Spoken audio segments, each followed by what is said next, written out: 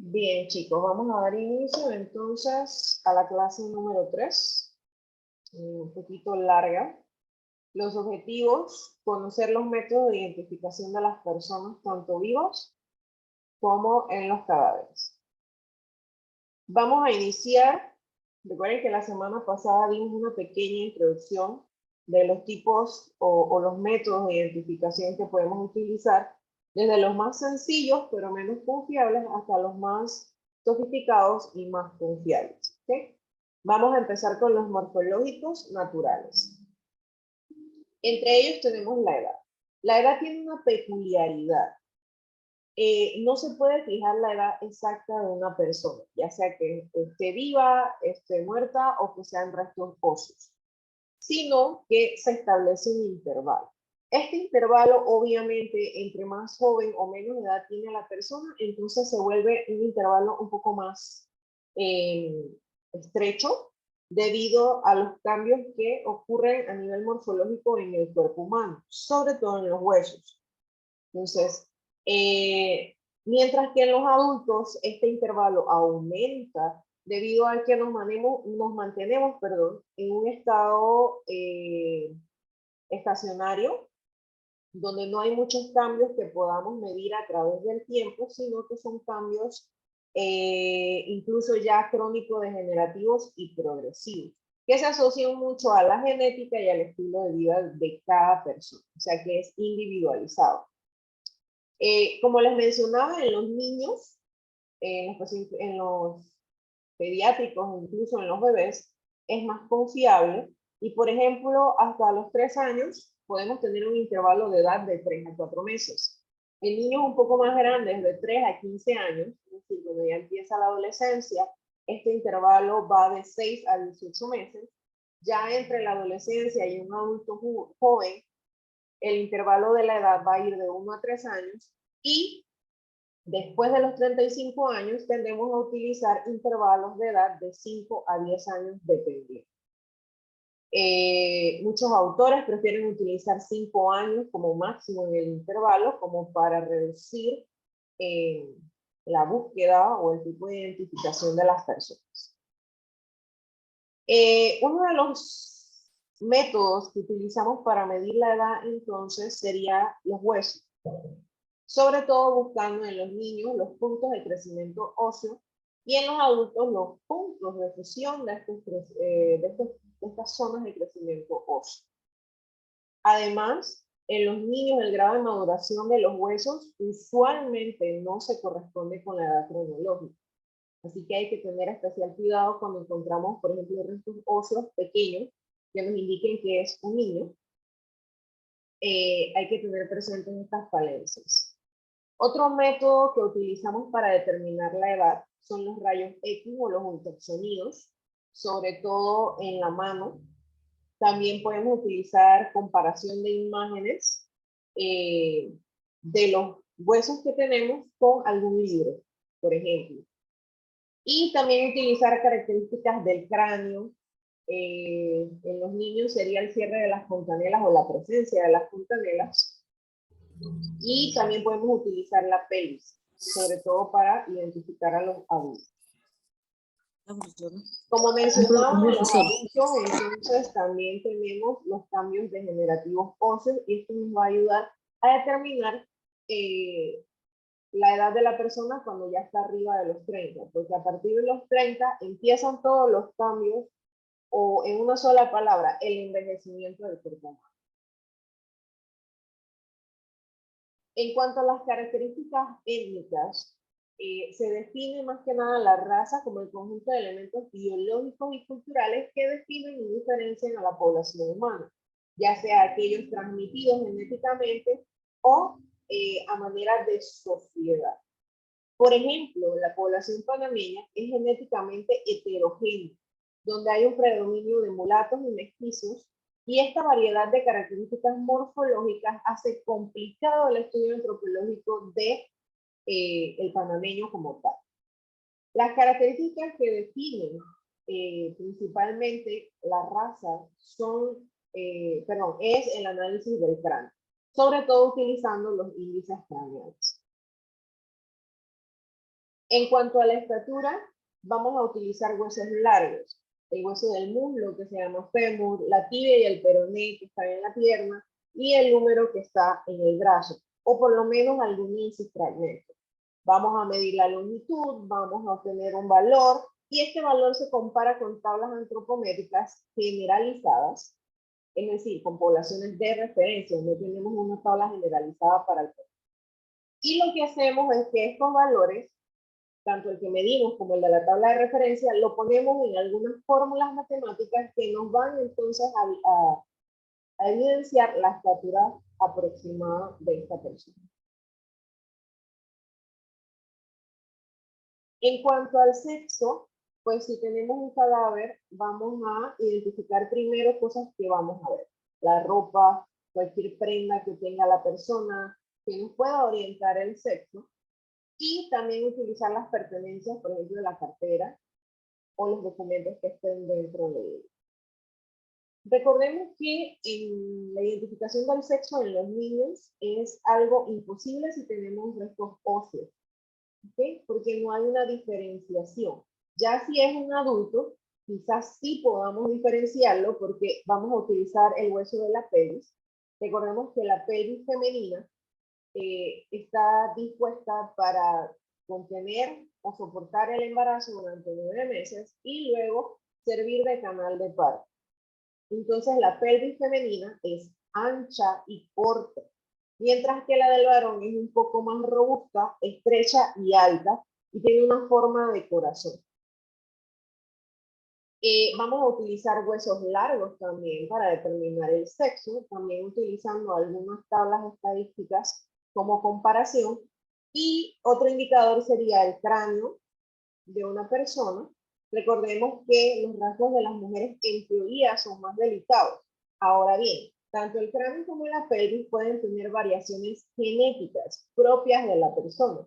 Hay mujeres que tienen pelvis androgénicas, es decir, pelvis robustas, estrechas y altas, que no le van a permitir cumplir el trabajo de ser canal de parto. ¿Okay? Entonces, a veces hay que buscar otras cosas, es decir, no utilizar un solo método de identificación, sino un conjunto de ellos. Entonces, el cráneo también sucede lo mismo.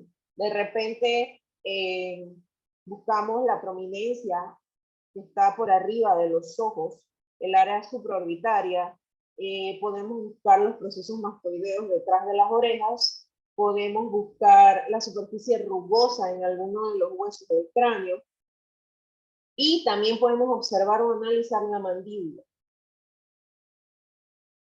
Recordando que la mandíbula del hombre es mucho más ancha, los ángulos son más rectos, versus que en la mujer es un poquito más redondeada o puntiaguda, y los ángulos son también redondeados o menos agudos.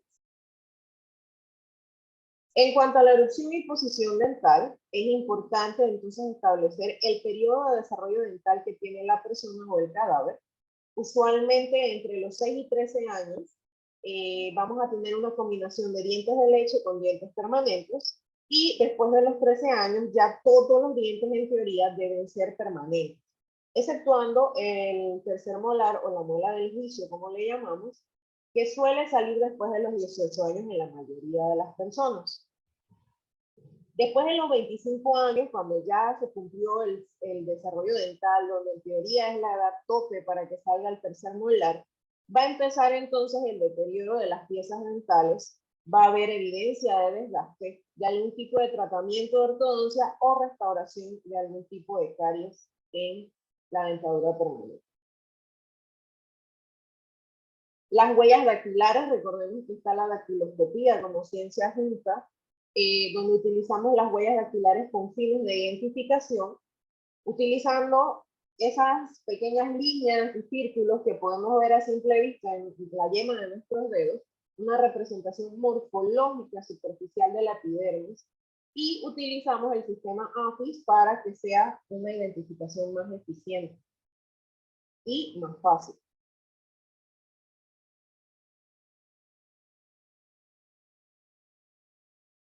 Otro tipo de identificaciones morfológicas naturales, podemos tener los lunares, las verrugas, el color de los ojos, el color forma del cabello y el color de la piel. Pero son sistemas de identificación tan básicos o tan simples que en realidad pueden ser dudosos a la hora de identificar. Pasamos a los métodos de identificación morfológicos adquiridos, aquellos con los que no nacimos ni fuimos creciendo, sino que adquirimos con el paso del tiempo, ya sea cicatrices de operaciones, cicatrices de heridas, algo traumático, tatuajes, algún tipo de amputación, los tratamientos estéticos u operaciones estéticas y los tratamientos dentales. Pasamos a los métodos de identificación bioquímicos. Vamos a tener también naturales y adquiridos. En los naturales tenemos, por ejemplo, cualquier tipo de residuo o fluido biológico del cuerpo. En la hematología podemos estudiar el tipo de sangre,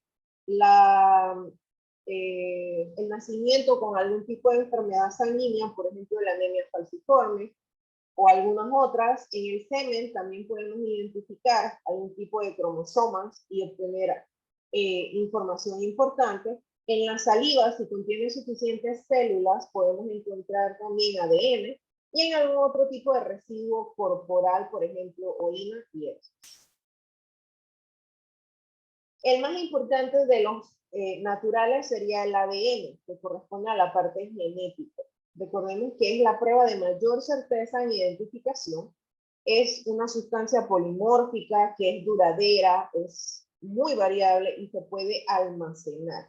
Con pequeñas cantidades de muestras, ya sea de saliva, de semen o de material que contienen los dientes, las muelas en específico, se puede obtener una cadena más larga de ADN y así crear posibles identificaciones. Ahora bien, una prueba de ADN tiene un elevado costo y debería ser el último recurso que vamos a utilizar para identificar a una persona.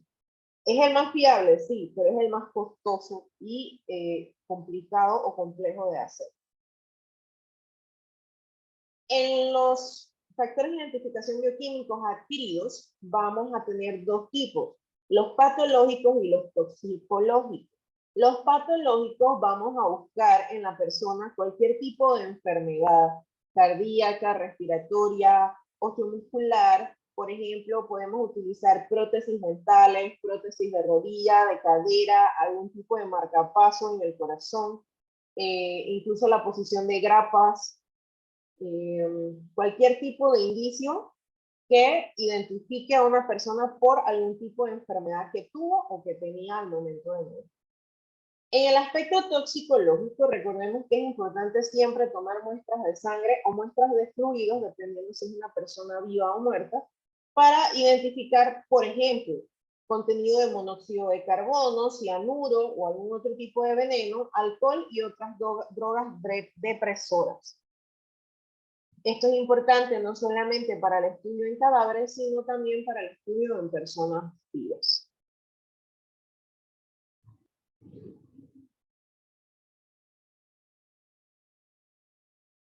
Bien, chicos, más que nada recordemos entonces que también tenían un foro en la plataforma referente a qué nos hacía únicos. Esto hablando específicamente de la raza y de la población latinoamericana y panameña. ¿Okay? Y en base a eso tenían que desarrollar el mismo. No sé si tienen alguna consulta. Hola, ¿qué tal? Buenos días, profesora. Mijail le escribe, le habla. Mire, yo soy el estudiante que había tenido inconvenientes en relación a lo de la plataforma y lo de la inscripción en la matrícula. No sé si el licenciado Gámez me había comunicado. Sí, por eso le dije que se comunique conmigo a mi teléfono. ¿A su correo? A mi teléfono. Ah, su teléfono, disculpe. Sí, yo le había enviado un mensaje por la misma plataforma, porque como no tenía su teléfono, yo di una clase con usted, pero fue medicina legal el cuatrimestre pasado. Así es que yo le voy a escribir, pues, para Ahí yo ver el le tema del puse taller y lo del... atención el teléfono. Ah, bueno, muchas gracias. Ok. ¿Preguntas, chicos?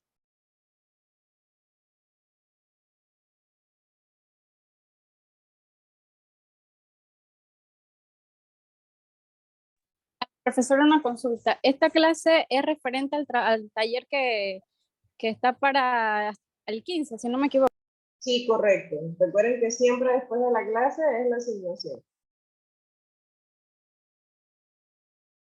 Gracias, profesora. Ok.